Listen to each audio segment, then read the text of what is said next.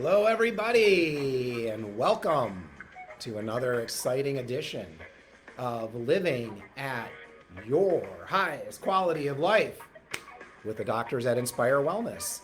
I am Dr. Dan Neides, and today we have a very special guest, Derek Nain, who has volunteered to come in and tell his health journey to all of you, to get you motivated, to get you inspired. 216-965-9303 is our phone number. If we can help with functional medicine, primary care, medical cannabis, IVs, sauna, however we can help you, we are here. It's been a little while since we were together, so it's good to check in with you over the summer. Hopefully everybody is doing well, and let us know how we can help serve you to be the best that you can be. So we're going to have this conversation with Derek. I first want to say thank you so much for coming in. It's the least I can do. I think it's really appropriate that having you're youthful, you're in your 20s, mid 20s, and have a health journey that you are on and that you wanted to share with the people who are inspired by Inspire Wellness. So let's hear from you. Absolutely. So a little bit of background about me is, I was always playing sports my entire life. Always felt like I was in pretty good shape and pretty health conscious. Right. And as I got older, into my mid-20s, I say older, 27, I hadn't gone to the doctor in a few years just because sports all the way through college, I'd had routine physicals, hadn't really, afterwards I just feel like I'm healthy, I'm in good shape. What could be wrong with me? I feel good, so Right. what's wrong with me? So just recently, I started to go get a physical, and this past year, I just went to the clinic, got a physical, and that came back with just a couple of watch-out points. I had elevated blood pressure, and then I had some liver enzymes that were elevated as well. And the first instinct was, oh, we got to put you on high blood pressure medication, and Right. we got to put you on medication for this. And knowing a family that's come to Inspire Wellness, I don't know what took me 27 years to get here. Seeing I have two brothers and parents that have all been here, but I'm like, instead of maybe going that route, I want to get to the root of what is causing this. And I work for a small business that's very high stress, so I think that has a lot to do with it. But I wanted to dig deeper, and we did the overall tests, and it was really interesting to really open up the hood. A lot of these things were so surface level, and it would have been easy to be like, oh, this is what's causing this. But to dive deep into some of these liver enzymes that I was having problems with, some elevated thyroid levels and the TPO levels. And then really trying to put, okay, here's what these food sensitivities are. Taking a look at my heavy metals and starting to realize, my mind, you see elevated liver enzymes and it's like, oh, is this alcohol related or is it drinking too much? But it's like, starting to gain an understanding of there are so many different things that affect and impact your liver. And really to be able to open up the hood and look at each one of these categories and then put together a plan of how do I help resolve these issues was just something I was so glad I did, because to be honest with you, I felt fine. It wasn't anything that I was feeling, but when you really open up the hood and take a look at what's going on inside, and I'm so glad we did at this point, because I feel like this is something that if I would have waited, an extra 5 to 10 years, I would have started to feel something, and then it would have been a lot more difficult to turn around. Right. I love that. And I think the important points that you're making, I love the highlights, is we took the main categories of inflammation, nutrient deficiencies, and an inability to detoxify and tailored it to you and exactly what you were presenting with. And we looked, like you said, at food sensitivities. We looked at your gut. We did look at heavy metals, which honestly I don't always do right off the bat, but there was a compelling enough of a history and a story behind it. And sure enough, we did find, that there was some evidence already at your young life of having heavy metal toxicity. So, you come in, you have your presenting issues that you want us to address together, and then you get your results and you have to implement the plan. So you get this, plethora of data points. How did you then navigate, right? So you said you go to the clinic for kind of a surface level information. Now you want to go deep. You want to get to the root of the problem. Now you come to us and you get all this data. What do you do with it? Yeah, so the first thing that I really did is, one, supplements for something that I wasn't supplementing. And then I just did a full evaluation of what am I eating? What's going in and out of my body? And Right. I went to the full extreme at first. And so, me being a little naive, I would be like, I'm not the one that eats ice cream every night for dinner. I don't have a sugar problem. It's like, but I would work out in the morning and I would drink a full Gatorade, and then I would drink a Gatorade in the afternoon, and and in my mind I thought I was doing things all the right way. So to really take a step back and evaluate, okay, what am I actually putting in my body, in my deodorants, in my shampoos, all these things that my body's processing. How do I try and just for a short period of time, how do I eliminate as much of those as I possibly can? So it was 8 weeks of all the food sensitivities, completely staying away from all of the gluten, all the other things that showed up sensitive on my list, and then 100% removing sugar from my diet. So Wow, just not cutting easy. that. Yeah. No, it was not, especially the first couple weeks, and then completely removing alcohol, making sure a conscious effort to be sweating every single day. I mean, that's another thing that I found for my job, that I would sit for extended periods of time. Some days would be 12 to 14-hour days at the office, and even if I worked out in the morning, it still wasn't enough movement for my body. So really focusing, okay, I need to have an hour of a good sweat, and then how do I get up and move throughout the day, even Right. in a job where I'm static.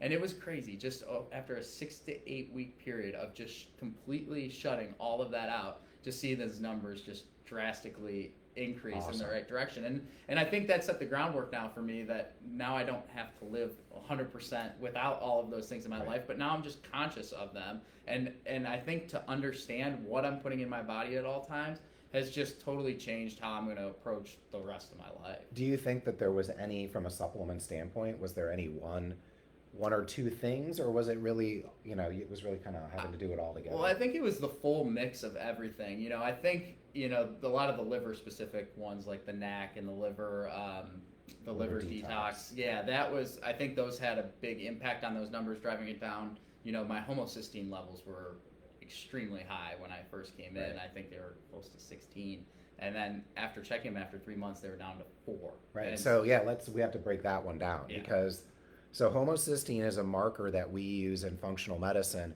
to help us identify if the body is or is not detoxifying.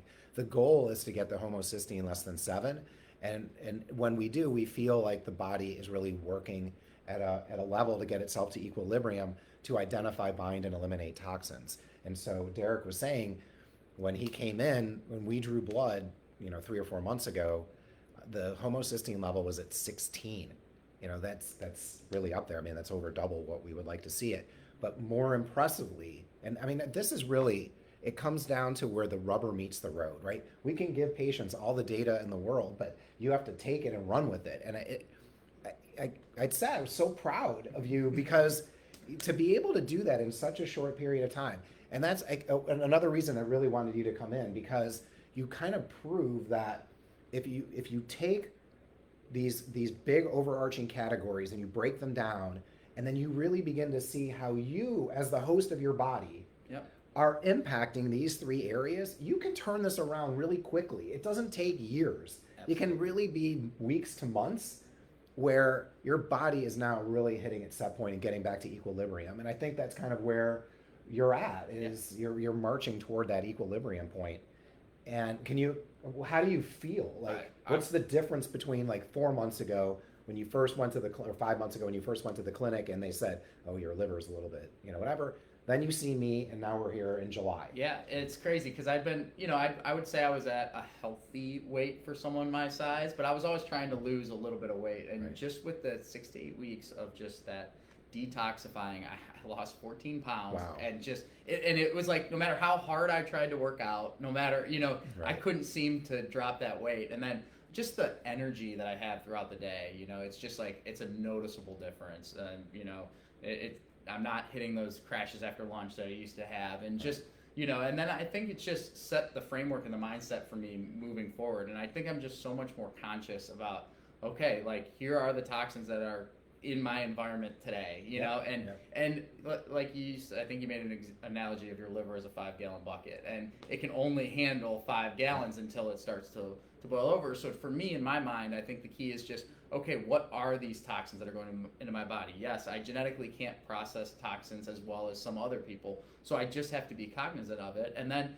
you know, I think the biggest thing, and you alluded to this a little bit earlier, I think by jumping on this early before there were any major outlying issues caused me to be able to turn it around so quickly. You know, I think by identifying it early, because I mean, I think, to be honest with you, I could have gone years, a couple, or I don't know, you know, I've maybe gone years and not noticed any physical differences. But I think once the changes in my body would have come, it would have been a lot harder to turn around and reverse them. Oh, so. Absolutely. I think that's a really great way to look at it. How is the heavy metal detox going? So Good. you're doing chelation and... Yeah, so I'm doing 3 days on chelation, 11 days off. So I just completed the first 14-day cycle of it. So I'm really excited to see how that's going to... I've had family members with heavy metal problems that chelation has been a lifesaver for. So nice. I'm really excited, you know, because all of these numbers are heading in this direction while still having some of these heavy metals in my body. So I can't even imagine if I can pull some of this lead and mercury out of my body, how that will even further improve some of these numbers and my overall physical health. Oh, that is outstanding. Do you have other key takeaways that, you know, you feel that have really worked for you in, you know, going from this way of living and then having to have that a bit disrupted, right? Yeah. So I come in and I'm going to make a lot of recommendations to really right the ship. Was that transition challenging? And what, like you said something about how like getting off of sugar the first 2 weeks was really hard. So I think it's kind of that, those kind of takeaways.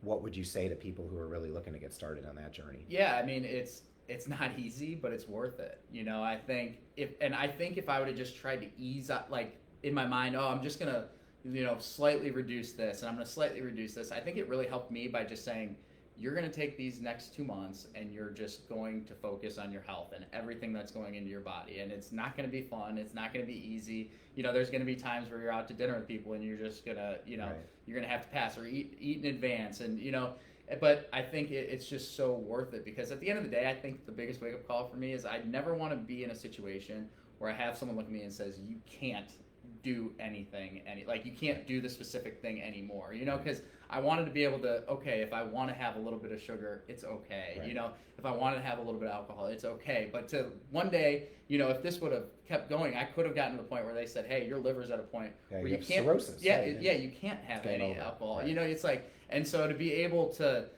take that all and realize that, okay, I'm sacrificing a little bit now for the long term. I think, you know, and now I'm not going to go back to drinking 2 Gatorades every day. You know, I'm so much more conscious about it. But, you know, if I want to have an ice cream, you know, it's not because I can't have it, you know. And so really just, you know, tightening it off for those first 8 weeks, getting myself back to where I needed to be, and then now putting that plan moving forward of like how I can continue to do that. So that's fantastic. I mean, I think that your attitude, your approach, everything is just in alignment, and that's why I think you're seeing the success that you're seeing. First I want to say thank you so much for coming in and sharing that. I think that you have a very motivating story behind you, and I was really appreciative of, you know, Derek willing to come in, and I really feel like you kind of highlight what's going on in medicine today. Just quickly with medical economics, in 1990, 80% of healthcare expenditure in the United States was the last 2 years of life. In 1990. In 2023, 80% of healthcare expenditure is treating chronic disease under the age of 65. So we've completely flipped the paradigm. And the ages 12 to 25, I know you're just slightly out there, but ages 12 to 25 are a rapidly growing component of the chronic disease epidemic. And I think in a very sick and twisted way, it's just money. And so if you can hook people in at a young age and now they become chronic patients of yours, well, you now have a way to earn a living for the next, 40, 50, 60 years, as long as they live or longer.